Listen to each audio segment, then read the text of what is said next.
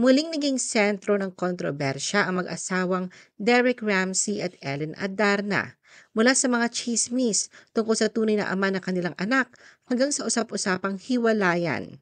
Alamin natin ang katotohanan mula sa kanilang mga social media posts, blind items hanggang sa personal nilang mga pahayag.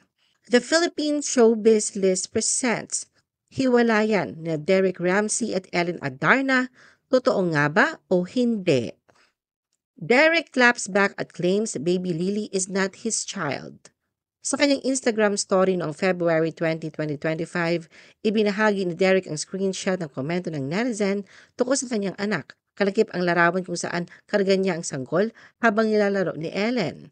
Ayon sa komento ng netizen, "That's not his baby. It was on the news that he did a DNA test and he wasn't the baby daddy." Sa halip na magalit o seryosohin ang maling akusasyon, pinilit ni Derek na sakyan ito at gawing biro. Anya, hindi raw siya nakatanggap ng kopya ng sinasabing DNA test. Derek and Ellen are rumored to have split. Naging sentro ng usap-usapan sa social media at ilang online forums ang di umano'y hiwalayan nila Derek at Ellen. Maraming netizen ang nagtataka kung totoo nga bang may lamat ang kanilang pagsasama dahil sa ilang obserbasyon at post na nakita online. Subalit agad itong pinabulaanan ng showbiz columnist na si Christy Fermin sa kanyang radio program na Christy Per Minute noong August 22, 2025. Ayon kay Christy, walang katotohanan ng kumakalat na chismis at isa lamang itong gawa-gawang balita na walang matibay na basihan. Paliwanag ni Christy, nakikita umano kung gaano kagaling si Derek sa paghawak ng kanilang relasyon. Sa parehong paraan, makikita rin na si Ellen ay marunong mag-adjust at sumusunod sa dynamics ng kanilang pagsasama. Kaya para kay Christy, hindi dapat agad paniwalaan ang mga haka-haka na basta na lang inuugnay sa kanilang dalawa. Isa sa mga pinagmulan ng espekulasyon ay ang ulat na nag-check-in si Ellen sa isang hotel na mag-isa. Para sa ilang netizens, indikasyon umano ito na may problema na silang mag-asawa. Dagdag pa rito, napansin ng ilan ang isang social media post ni Derek tungkol sa kanyang anak na si Lily, kung saan sinabi niyang katagang, "Kapag yakap kita, humihinto ang ikot ng mundo." Agad itong binigyang kulay ng iba at ikinukonekta sa mga issue ng hiwalayan. Ngunit para kay Christy, labis na nakakatawa at nakakaloka ang ganitong interpretasyon. Wika niya, hindi nangangahulugan na kapag nag-check-in ang isang tao ng mag-isa o nag-post ng sentimental na mensahe, ay agad na may malaking problema sa relasyon. Dagdag pa niya, malinaw na walang batayan ang mga kumakalat na balita. Walang direktang reaksyon o pahayag sila Derek at Ellen hinggil sa chismis tungkol dito. Derek Ramsey's Kaminoken training in Bali.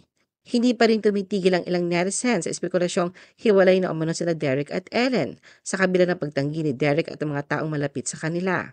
Ayon sa nag-uusisang netizens, bakit hindi raw nag-comment si Ellen sa mga ipinost ni Derek sa Instagram? Duda pa nila, baka may problema ang mag-asawa. Kamakailan pumunta si Derek sa Bali, Indonesia para sumailalim sa Kaminoken, isang self-improvement program. Ang Kaminoken ay isang Japanese term na nangangahulugang the fist of God na tumutukoy sa lakas at kapangyarihan ng Diyos na nasa loob mo. Maraming post si Derek sa Instagram tungkol sa pinagdaanan niyang training. Sa isang post, nakasaad ang caption niya, "Stripping away the noise, reconnecting with myself. This experience is a reset for the soul, body, and mind. I was tested beyond comfort and pushed past my limits. At Kaminoken Bali, the body endures, the mind sharpens, and the spirit hardens." Sa huli sinabi rin ni Derek, "This training has truly built me for the road ahead." Hindi maiwasang magduda ang ilan dahil sa ipinost ni Derek noong August 27. Nakapiring ang kanyang mga mata at may pinapipiling mga lukot na papel. Napahagulhol siya habang binabasa ang mga papel at umiiyak pa, niyakap ng kanyang trainer. Ani Derek sa caption ng IG post, "As you'll see in the video, the true essence of this program revealed itself. I completely broke down, not from weakness, but from relief, amazement, and pure gratefulness. I found that paper holding all my emotions."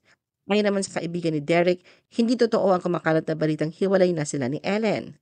Gusto din iparating ni Derek na wag na siyang intrigahin dahil hindi na raw siya artista. Nagdesisyon na raw siyang umalis sa showbiz, kaya simpleng tao na lang sila ni Ellen. Ipinagdiinan niya na okay sila bilang mag-asawa at wala silang problema. Marami raw ang nag-aakala na may pinagdadaanan sila dahil sa Bali si Derek para sa training. Dagdag pa dito, natawan lang daw siya ng malakas na tanungin kung baka buntis si Ellen at kung bakit pa iba-iba ang mood ng kanyang misis. Sinabi ni Derek na hindi niya alam pero tingin niya ay hindi buntis si Ellen. Muling ipinagdiinan ni Derek na sana huwag na silang ibalita dahil hindi na raw sila celebrity at simpleng buhay na lang ang kanilang gusto. Ellen's Instagram stories intrigue netizens. Palaisipan sa publiko ang mga kamakailang post ni Ellen sa kanyang Instagram stories. Nag-post siya ng mensahe na may kinalaman sa postpartum period. Sa panahong ito, nakakaranas ang babae ng mga pagbabago sa pisikal at emosyonal na estado na maaaring magdulot ng mood swings. Sa isa pang post, may quote si Ellen na nagsasabing, "You can't destroy the mother of your children and then tell me you're a good father." Nag-share rin siya ng video clip mula sa isang podcast episode na tinalakay ang mga katangian ng mga taong Aries, ang zodiac sign ni Ellen, na ipinanganak noong April 2, 1988. Ayon sa astrologer na si Irina Miniva, the sign doesn't break, they break through. Life says wait, they say watch me. They've been knocked down 100 times and still come back singing, swinging, louder, faster. They fight first, cry later. Nirepost din ni Ellen ang isa pang video tungkol sa mga Aries na naglalarawan kung paano ang isang Aries ay umiiyak lang ng 2 seconds para mailabas ang emosyon at pagkatapos ay mabilis na bumabalik sa normal na para bang walang nangyari dahil tuloy lang ang buhay. Sa isa pang IG story, nirepost niya ang video ng health and wellness coach sa Bali, Indonesia na sina Sir Kazi. May pamagat ang video na What a Woman Needs to Flourish na nagsasabing hindi diamonds at constant romance ang magpapaligaya sa isang babae kundi emotional security. Sumang-ayon si Ellen sa mensahe at naglagay ng caption na emotional security kasama ang hands up emojis. Sina Sir ang naging coach ni Ellen noong kanyang retreat sa Bali noong 2020 at siya rin ang coach ni Derek sa kanyang recent retreat sa Bali. Derek says Lily is his daughter and Ellen is a loyal wife. Dumating na sa bansa si Derek mula sa ilang araw na pamamalagi sa Bali.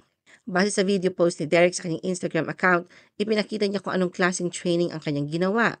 Sa Facebook post, may larawan si Derek kasama ang aktres na Julia Barreto kung saan dumalo ang dalawa sa Rum Festival sa Bacolod na iniendorso nilang inuming panglalaki.